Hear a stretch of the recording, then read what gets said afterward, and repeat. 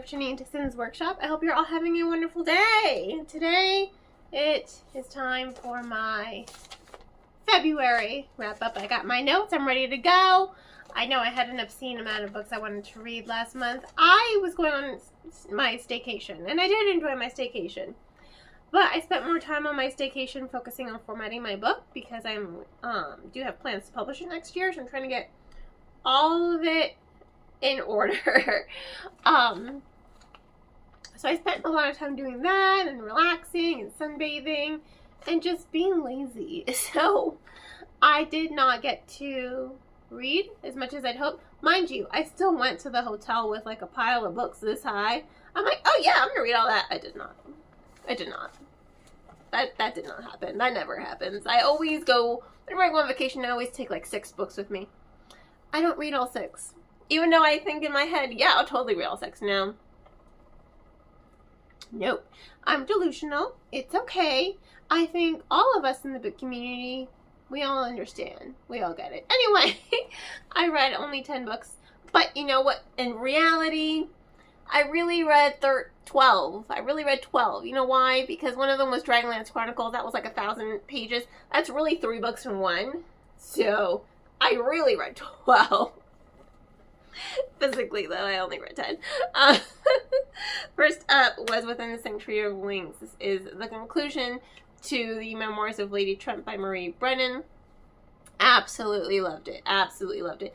I love this series, and I love this book because, one, it has beautiful artwork dispersed throughout the novel. And I love it because it really does, it feels like a memoir. And mind you, I don't read memoirs. You know, I don't really read a whole lot of nonfiction. It's not really my genre. I will occasionally read it. Like the Challenger novel, I really want to read them. And sometimes I'll read, pardon me, books on like nature and, funnily enough, astrophysics. Pardon me. But I don't really read a whole lot of nonfiction. You know, that's not really my go-to genre. My go-to genre is fantasy.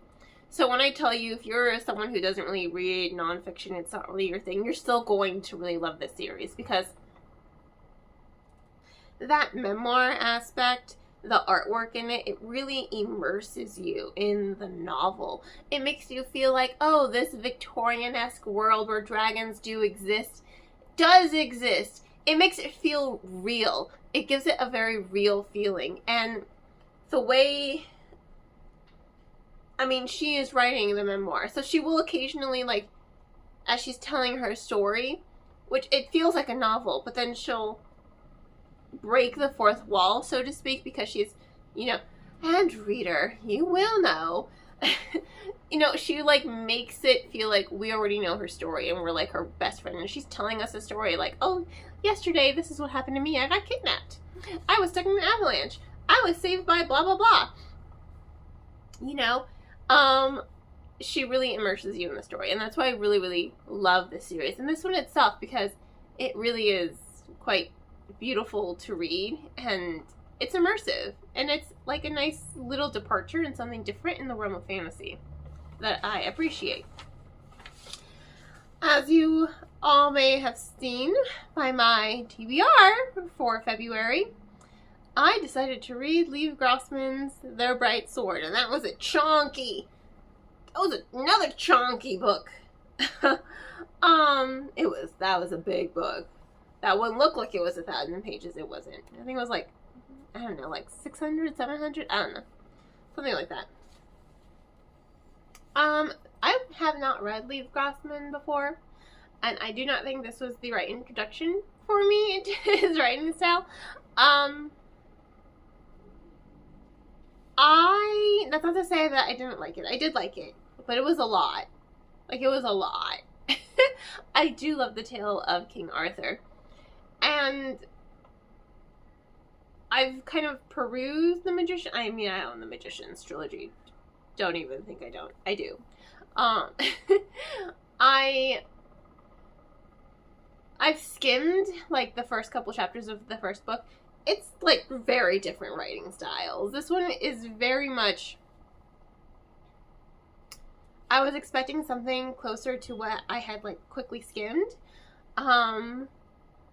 But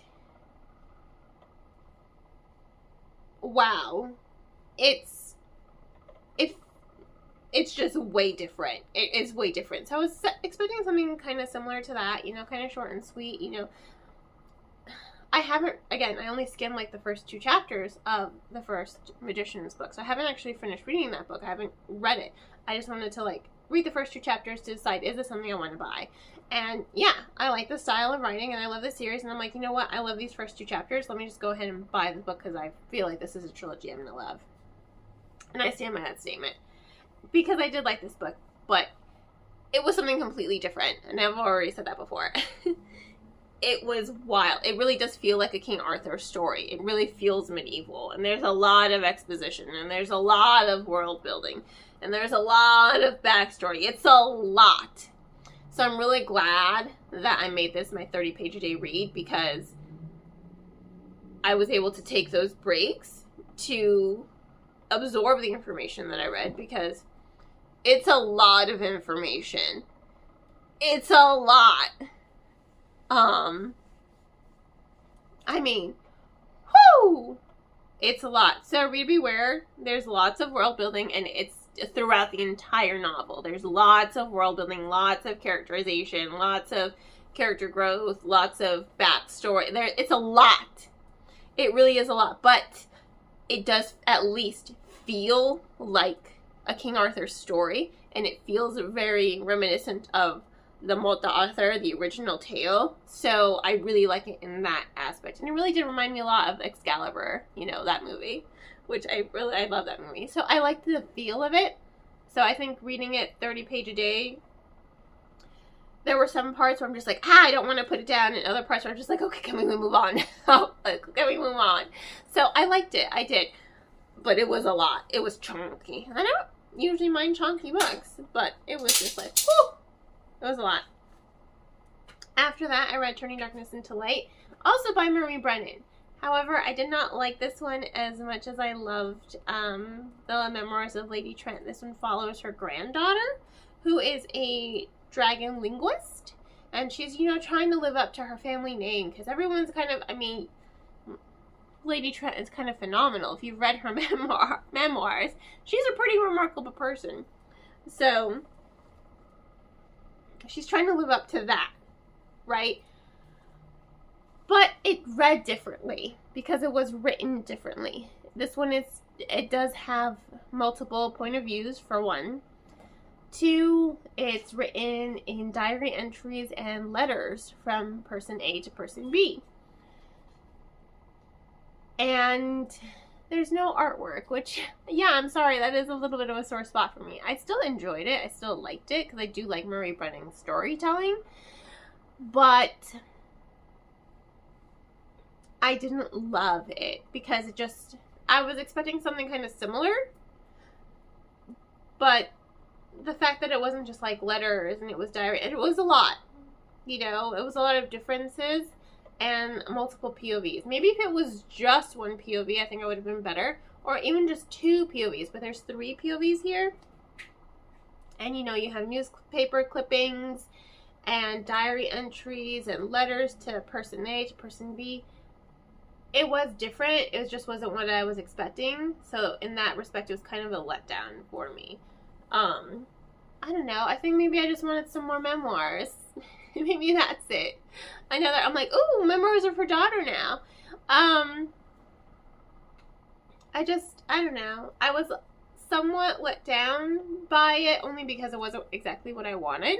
I'm like, yay, we're going to be following her granddaughter now and some more fabulous escapades. And she does get embroiled in quite the scandal, let me tell you. But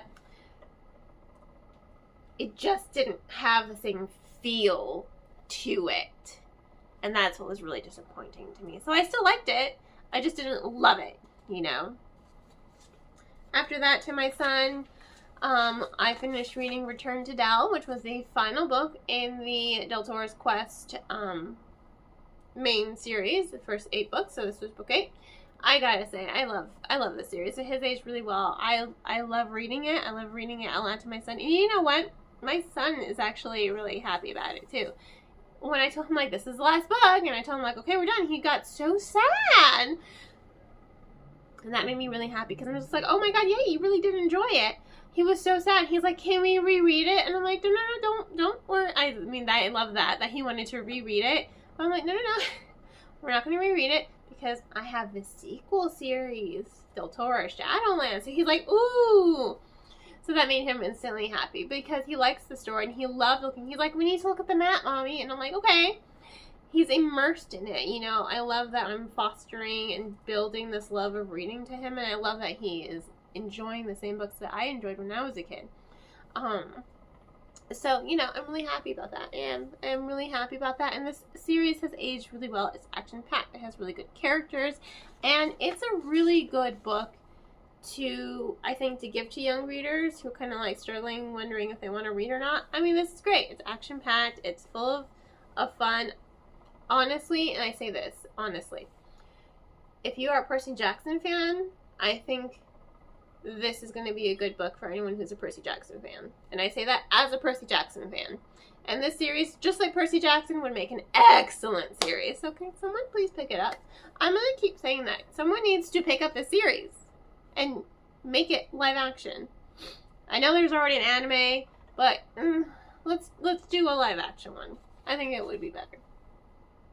Alright, after that, I put everything else on my TBR on hold for Dragonlance, because Dragonlance is the best thing ever. I loved it as much as I loved it the first time I read it, and then the second time I read it, and the third time I read it. This is the fourth time I've read it, by the way. This is number 4. I first read it when it was printed as a young reader's version. Do I have those right here?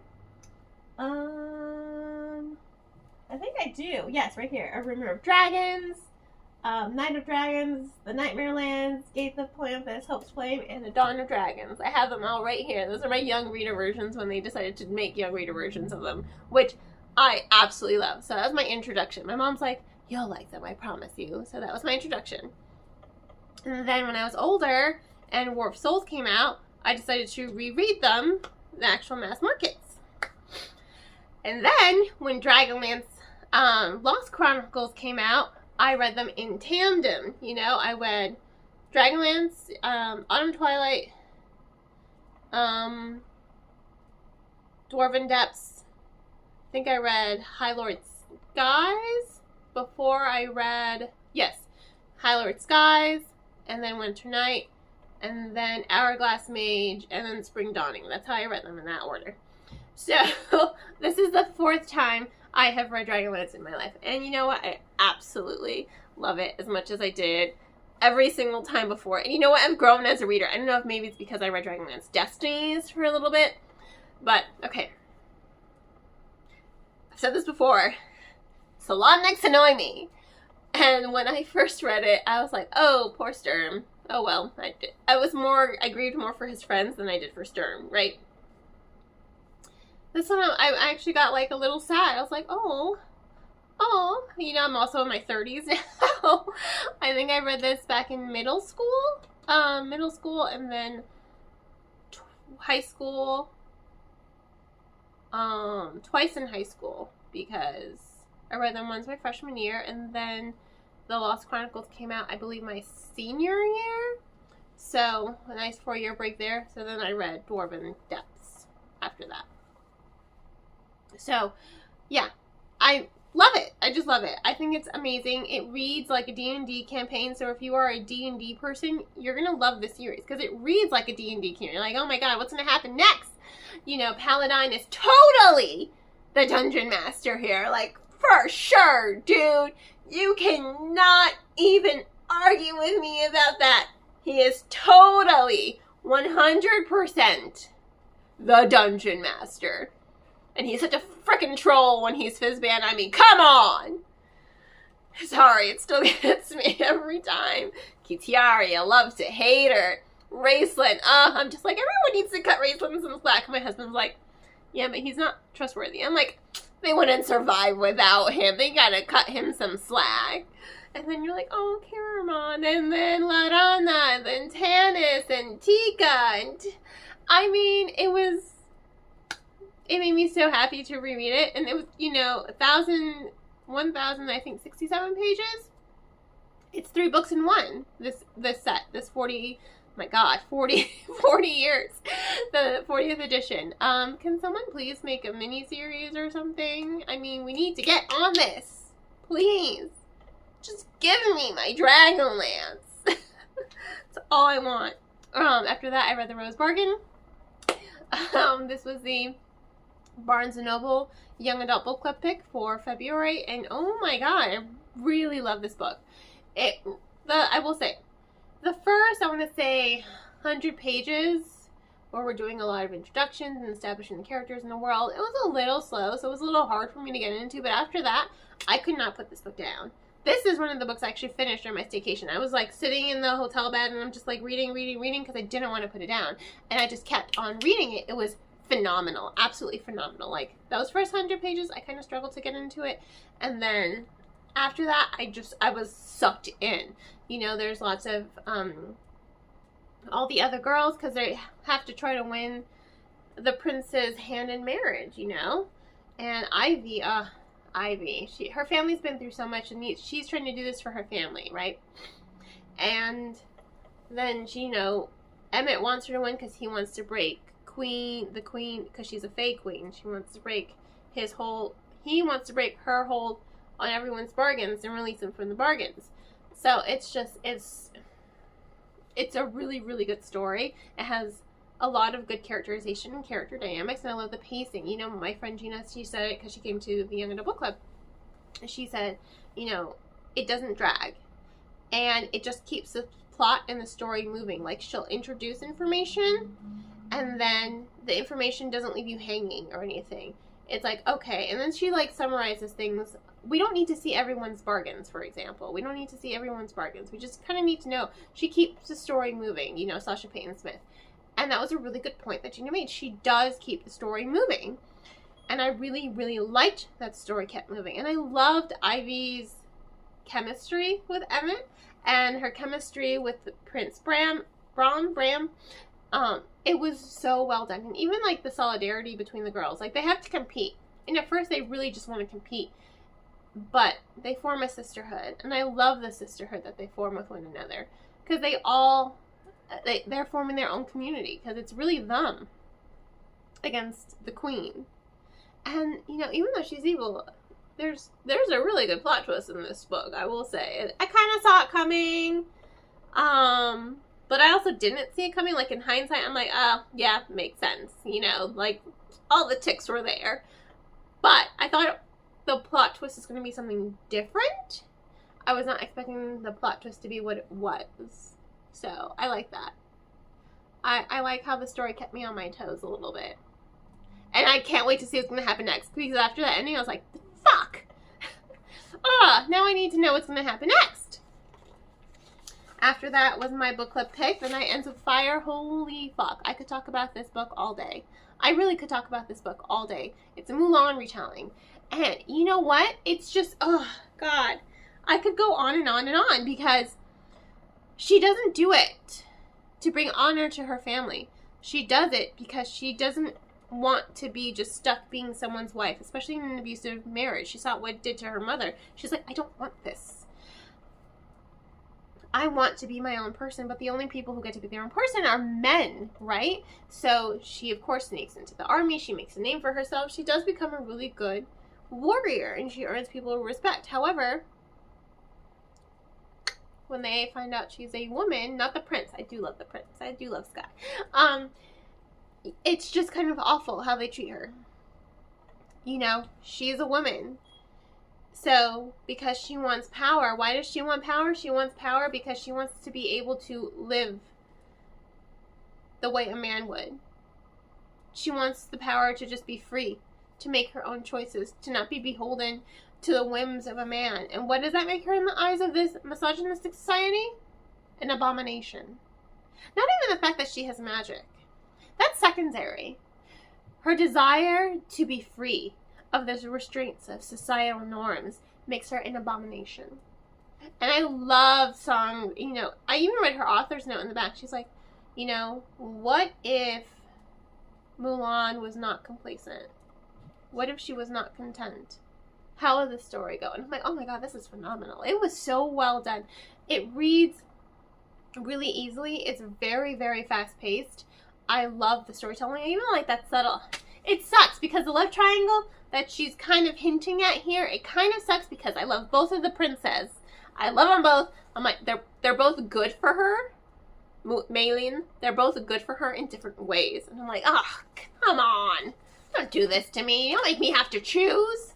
I don't want to choose. So I could talk about this book all day. I really, really could. I really could. So I'm so glad that it won the vote for my book club pick because absolutely phenomenal. Phenomenal. After that, I finished Destroy the Day, which was the trilogy. What was the first book? God. There's Dawn. Yeah. I can't remember. That's like there, and I didn't put it in my notes. Whatever. Bridget Kemmerer's new series. I finished Destroy the Day, and it was so good. It was so good. I'm really happy that book 2 did not fall into the book 2 trap, as I like to call, when book 2s tend to be a little lulling and dull and not like the best. So I'm really happy about that. But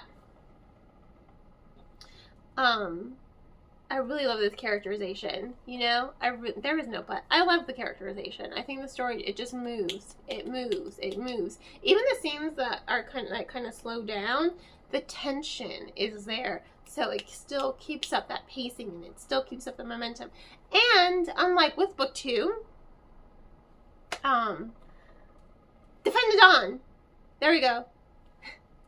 Unlike book 2, Tessa is not really annoying in this one. She doesn't piss me off. I understand her better as a character. She is a little bit more understanding of the characters around them and their situations and how sometimes people are caught in the rock and a hard place. And so they do the things they think is best, even though it's harmful, because they couldn't see another way out. They felt trapped. They felt trapped. And it was so well done. It really was so well done. I absolutely loved it. It was a really good book. It was a really good one. I really enjoyed it. I loved it. I loved it so much. It was a really good conclusion too. And oh my god, Bridget Kemmerer broke my heart. And then she stitched it back together. And I'm like, don't do that to me. Don't do that to me. Don't make me feel so much and then just be like, no, just kidding. And I'm like, ah. It was like whiplash. But at least it made me feel good things. So that's good at least. That part's good. Great series, and I liked it more than her Curse, A Curse of Dark and Lonely trilogy. And that book too, that was a book 2 trap. You're like, ugh. And I kind of had to push myself to read book 3, just because I'm like, I can't leave a series hanging like this. But this one, I loved all 3 books, and I'm so happy that I have the Fairy Loot editions. So after that, I read All Better Now by Neal Shusterman. Once again, I want to send out a huge thank you to the publisher for sending this book to me, because wow, this book was kind of a little bit of a mindfuck, and I'm still trying to wrap my head around it. This was my second 30-page a day read, and oh my god, again, this was another one where it was like hard for me to like put down. Like I didn't want to put it down. So imagine a world where there's a pandemic, right? Like that's hard to imagine. But what does the virus do? It changes you. It's like Invasion of the Body Snatchers, kind of. It gets rid of all of those negative emotions. Like, you don't feel fear or hate or anger or anxiety. Like, you don't feel any of those things. You just become content. Kind of like a Stepford wife. But your instincts are still there. So, it's kind of really hard for me to describe.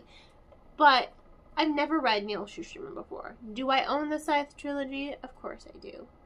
People have told me I will like it, and you know what? Considering what I just read, I 100% think I'm going to like this book. That trilogy. It was such a mindfuck, because I'm like, oh, you know what? Maybe the world would be better if everyone was just kind of happy and complacent and content. But then, Where's your drive? You know? But you see with some of these other characters, like, they still have that drive. It's just, it's like really twisting and turning, and it makes you think, and it makes you like, eee. And you are going between a lot of different characters, but you don't get lost in the storytelling. It's easy to see who's talking. It's easy to keep an eye. Sorry, I got a cold. Right after I got back from vacation, I got a cold. But it's easy to see and follow the characters and their journeys and see where the story is going. It's clear, you know? It's clear. And it was kind of phenomenal. This book was good. It was really, really good. And last but not least, the final book of the month was Sailor Moon, Volume 3. Let me tell you, getting this manga in my hands was a struggle because I'm collecting all the Eternal editions because it looks like those are starting to go out of print. I ordered this book in December. I did not get it until February. I was very upset. I ordered it 3 times. 3 times! It was very annoying. But I finally got it. So I finally read it. And I love it so much. And honestly, reading it gives me an even deeper appreciation of the Sailor Moon Eternal and Sailor Moon Crystal anime. Considering I grew up in the 90s. I grew up watching 90s Sailor Moon. Don't get me wrong. I love the 90s Sailor Moon for nostalgia and characterization. But fuck, there's a lot of filler. And I just rewatched it and I'm like, oh my god, can we move on? Can we just keep telling the story? Can we just keep move on? I do think that there are some things that the 90s, story-wise, outside of the filler, I do think, and I do agree with the argument that the 90s version of Sailor Moon does do some of the character arcs a little bit better. I don't like how they made Mars so mean, because as I'm reading the manga, Mars is not that mean. So that is one of the issues where I think they did a disservice to the manga. And I like the pacing of the manga. So I like the storytelling of the manga. So it does give me deeper appreciation for Sailor Moon Crystal anime, which I already liked before, but now I love it even more. As I'm reading the manga, I'm like, oh my god, I love the story. I love the way it's written. I love the way the panels flow and the story flows. And I honestly just love it. And maybe it's the influence from Sailor Moon that's making me love and appreciate the physical manga even more. But I think it's great. And now it makes me love Sailor Moon Crystal even more, because I'm like, they're doing this story justice, and I love this story. So, that's my 2 cents on the word. And those are the 10 books I read. But let's be real, Dragonlance Chronicles kind of counts as 3, so I kind of read 12 books this month, although physically it was just only 10. In any case, thank you all for tuning in. Please don't forget to like, subscribe, and share with all your book loving friends. I hope you all have a wonderful rest of your day, and as always, happy reading.